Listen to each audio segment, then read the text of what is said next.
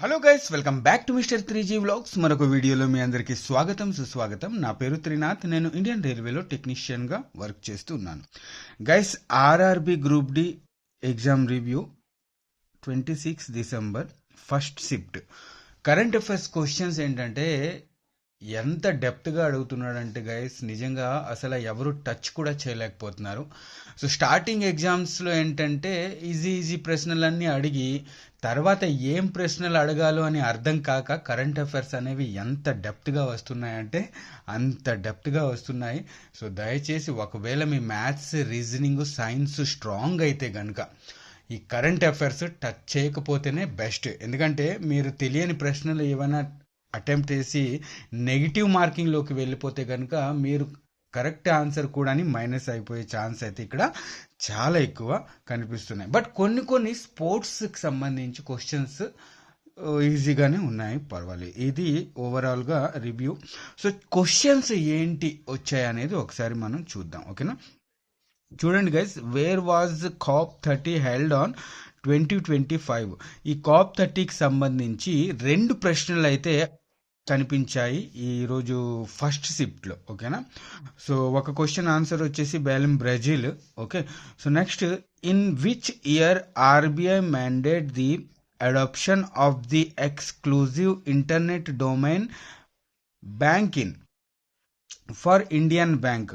So 31st October 2025. సో ఇక్కడ ఏంటంటే ఈ క్వశ్చన్ చూసి మనం 31st అక్టోబర్ వరకు కరెంట్ అఫైర్స్ అయితే ఇక్కడ అడుగుతూ ఉన్నాడు, అది మనం తెలుసుకోవాలి, ఓకేనా? Next, by whom was the successful trial of the intermediate range ballistic మిసైల్కి సంబంధించి అగ్ని 5, ఓకేనా, developed and conducted in August 2025. August 2025 వరకు కూడా అడిగాడు. ఆన్సర్ వచ్చేసి డిఆర్డిఓకి సంబంధించి ప్రశ్నలు అయితే వస్తూనే ఉన్నాయి రెగ్యులర్గా.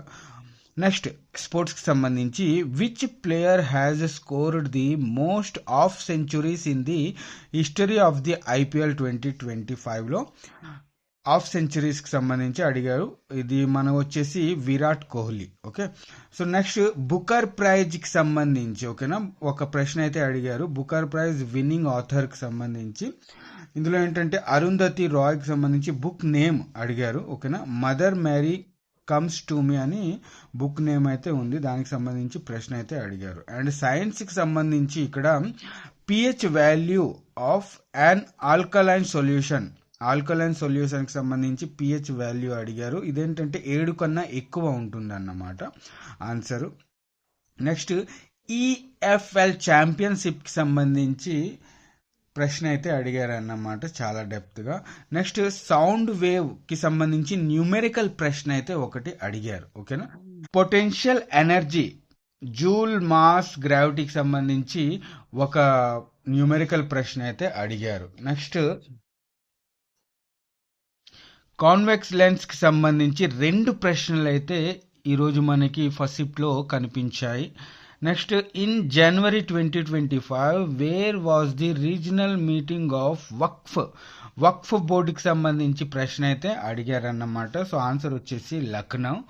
నెక్స్ట్, రెసిస్టెన్స్కి సంబంధించి ఒక న్యూమెరికల్ ప్రశ్న అయితే అడిగారు. అలాగే హైడ్రోమీటర్కి సంబంధించి ఒక ప్రశ్న అయితే అడిగారన్నమాట.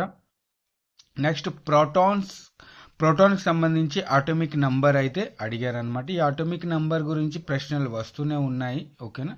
సో మీరు ఒకసారి చూసుకోండి. అండ్ మొదటి రోజు నుంచి, ఫస్ట్ డే నుంచి నేను చూస్తున్నాను, ఆర్ఆర్బి గ్రూప్ డి ఎగ్జామ్ జరిగిన ఫస్ట్ డే నుంచి ఫర్టిలైజేషన్కి సంబంధించి ప్రశ్నలు అడుగుతూనే ఉన్నాడు. ఈ షిఫ్ట్లో 2 ప్రశ్నలు అయితే అడిగాడు అన్నమాట.